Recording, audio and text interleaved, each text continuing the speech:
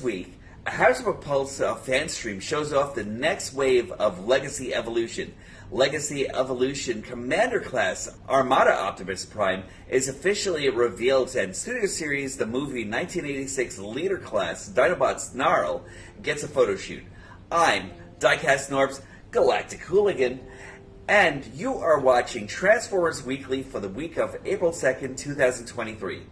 Before we begin, if you have not already done so, please like this video and subscribe to this channel. Also, do not forget to enable notifications if you wish to keep up to date on this channel's activity. Thanks. This episode of Transformers Weekly is sponsored by me. There will be more details about me near the end of this video in this video's description. We'll be right back.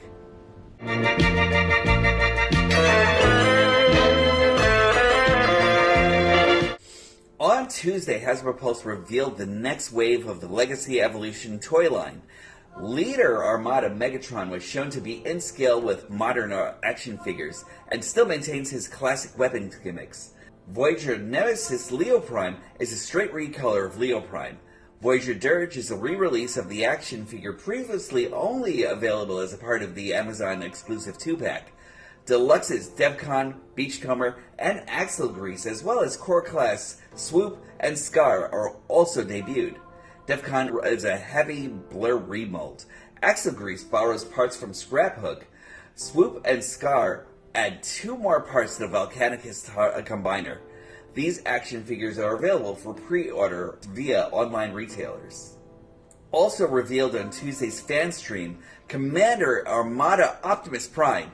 Tomy designer Shogo Hasui gave a presentation behind his process in designing this incarnation of Armada Optimus Prime, from his combination mode to show how he scales to the newly announced Leader Armada Megatron. Prime is a lot more agile and functional than in previous figure releases.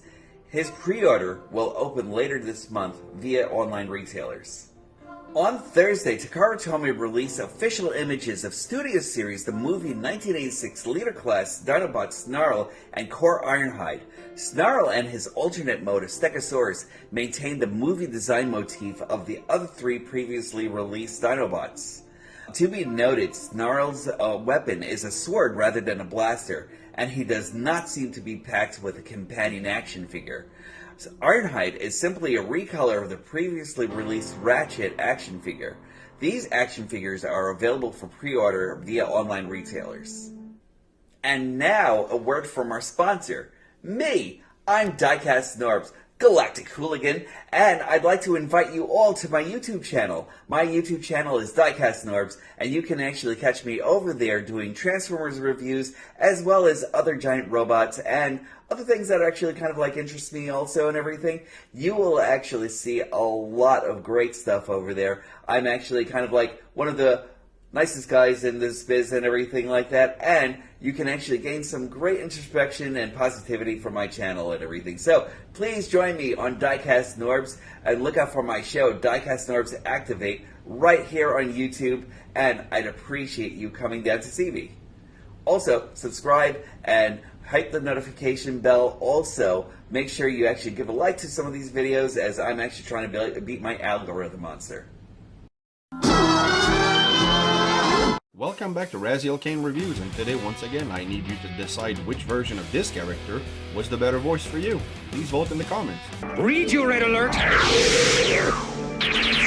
I'll deliver my message in person! Or, that orbicular class parasitic entity took me prisoner. once again from the top.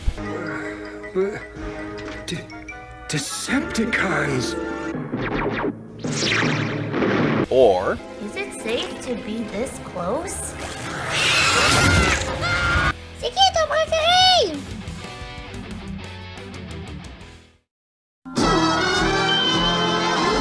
Anthony from H&E Toys, and today we're going to look at generational combination, other words, combiners.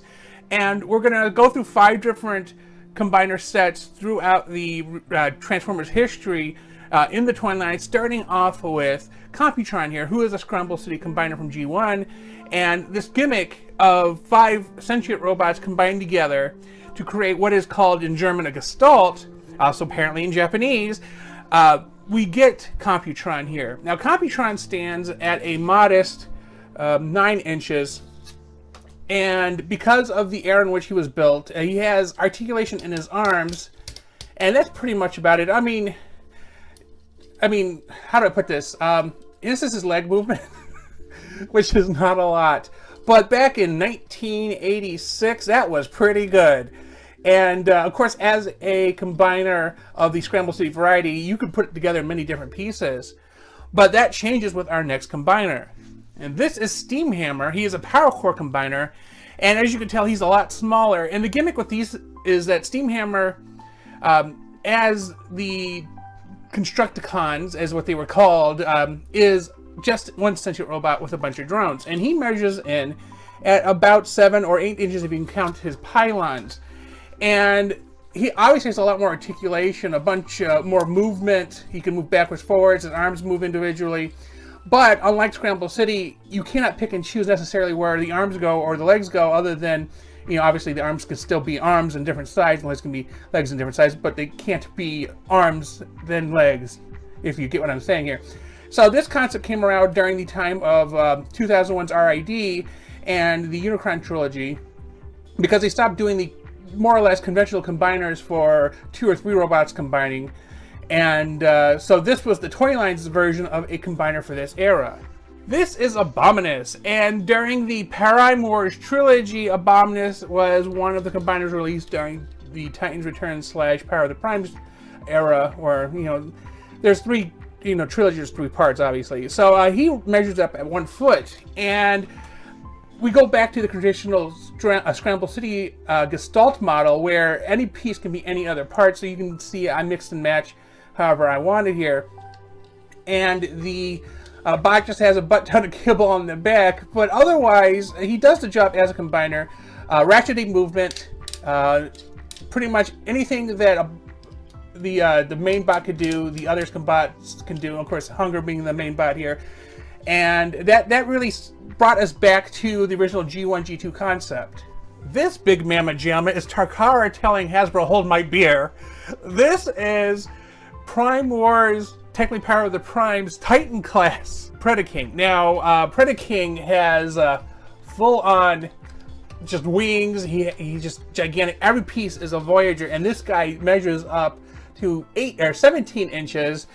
And he is just incredibly large.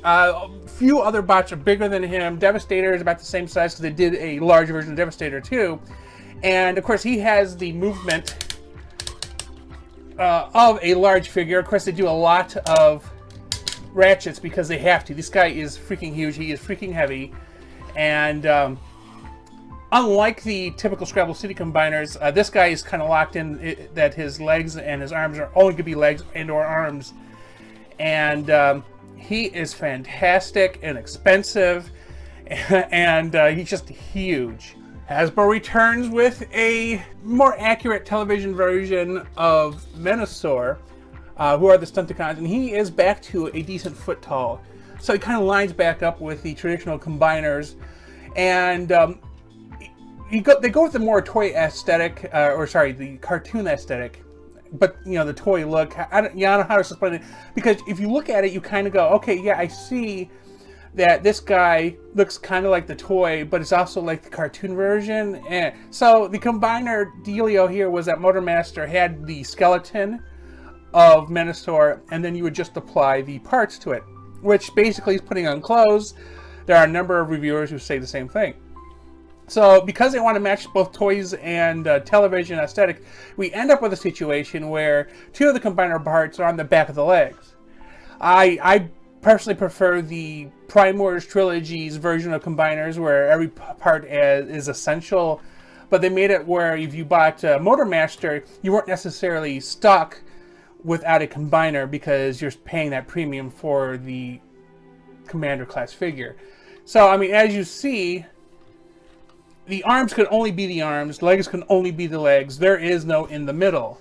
This guy, he has a lot of ratcheting. And he's a lot more physically adjustable compared to previous figures, because there's just a lot more joints going on here. that is generally it for the Classic 5 Gestalt build-up over the last 35 years of Transformers. It is now time for ToyBreak, a number of smaller bits of news given in rapid-fire successions. Hot off the heels of Optimus Primal vs. Megatron 2-pack, Takara Tomy has announced the second Eternal Beast Showdown, this time featuring Rhinox and Scorponok. Voyager Rhinox and Deluxe Scorponok have been given a premium finish paint job, just like the previous action figures of this subline. The release date and price for North America has not yet been announced. Rise of the Beast Smash Changer Scourge has been found by Nem in a store located in Ireland. Other figures in Scourge's size class include Optimus Prime and Optimus Primal. This gimmick is to slap the action figure onto a surface to cause its conversion. Rise of the Beast's Battle Changer Mirage images have been revealed by a retailer and found in store. The gimmick behind the Battle Changers is something that evolved from its original use in the Transformers Creo toy line, where action figures had simplified conversions. FUNKO has announced an official Optimus Prime vinyl figure that includes lights and sounds. It displays G1 Optimus Prime standing on a platform with his left arm pointing into the distance and his right arm holding his blaster at his side. Optimus's eyes and chest lights up as he speaks. While retailing for $18 USD, there is currently no release date. Hasbro has sent a press release to a number of fan sites and influencers about their decision to return back to plastic windows on at least their 6-inch action figures. As has been reported by a number of people, the lack of plastic windows has allowed for an increase of in-store damage and theft. While G.I. Joe, Power Rangers, Star Wars, and Marvel were cited as the first toy lines to receive the new packaging, Hasbro says that it will eventually expand to its new 6-inch action figures. The plastic to be used will be either biodegradable or recycled. Thank you for watching this week's episode of Transformers Weekly. All our sources will be on this video's description. If you have any questions, please let us know. Also, remember to like this video and subscribe to this channel if you wish to keep up to date on the latest Transformers news. I have been Diecast Norbs, Galactic Hooligan, and as always, remember to treat yourselves kindly and treat others kindly as well, because you all deserve it. And also, always remember, when these stop being magical, that's when I'll stop collecting. I will definitely talk to you soon.